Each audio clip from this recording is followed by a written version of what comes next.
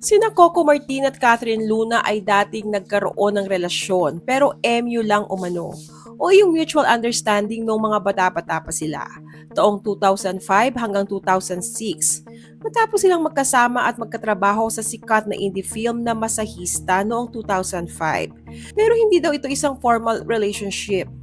Ayon kay Catherine, madalas silang magkita noon sa kanyang kondo. Ngunit kalaunan ay lumamig din ang kanilang samahan hanggang sa tuluyang magkahiwalay. Sa loob ng maraming taon, naging usap-usapan na si Coco ang ama ng anak ni Catherine na si Nicole. Gayunpaman, napatunayan sa DNA test na hindi siya ang biological father. Together? Hindi, taboy, wala. Magkasama lang kami sa movie. Tapos, hindi kami mag-girlfriend. Sabi ko nga dahil siguro dahil ng kabataan, labas-labas, gimmick-gimmick, and then, yun, may nangyari na hindi namin naasahan pa. Sa kabila nito, nagbigay pa rin si Coco ng financial na tulong para sa kinabukasan ng bata. Nalulong si Catherine sa drug addiction na naging dahilan ng kanyang pagkakakulong ng 4 na taon. Noong unang bahagi ng 2025, hayagang isinalaysay ni Catherine ang kanyang mga pinagdaanan at humingi siya ng tawad kay Coco Martin para sa kanyang mga naging pagkakamali. Matapos mapanood ang interview, nakipag-ugnayan si Coco kay Catherine sa tulong ng veteranong mamamahayag na si Ogie Diaz. Sinabi ni Coco na matagal na niya itong pinatawad at nais niya itong tulungan.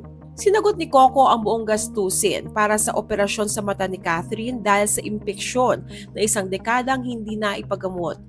Tinulungan din ni Coco at Julia si Catherine na baguhin ang kanyang buhay, palayo sa mga dati niyang bisyo. Bukod dito, tinulungan din ni Coco ang anak ni Catherine na si Nicole na makapasok sa showbiz sa pamamagitan ng pagbibigay ng papel sa seryeng FPJ's Batang Quiapo.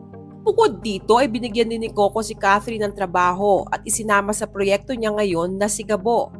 Sa kanilang unang pagkikita sa story conference, naging emosyonal ang kanilang pagyayakapan bilang tanda ng tuluyang pagpapatawad.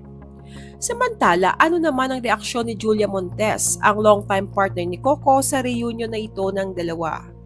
Walang naganap na selosan. Sa katunayan, si Julia Montes pa ang naunang yumakap at bumeso kay Catherine nang muli silang magkita sa isang okasyon. Hindi naging hadlang si Julia bagkus ay magkasama sila ni Coco sa pagpondo ng eye surgery at pagtulong sa pagbangon ni Catherine. Ito ang mga naging pahayag ni Catherine Luna. Direk Coco Martin, maraming talagang salamat sa iyo. Maraming salamat kay Miss Julia. Alam ko po. Kasi alam ko po parang isa rin po siya sa mga nag-asikaso. Maraming salamat po sa inyo. At Panginoon na po yung bahalang maggumante ng ano po yung mga hindi lang po kasi sa akin, hindi lang po sa marami na po natulungan sa Direk Coco. Dahil dito ay inulan muli ng papuri si Coco Martin sa kanyang pagiging likas na matulungin at pagbibigay ng pagkakataon sa mga dating artista na makabalik muli sa pag-arte at makabangon muli.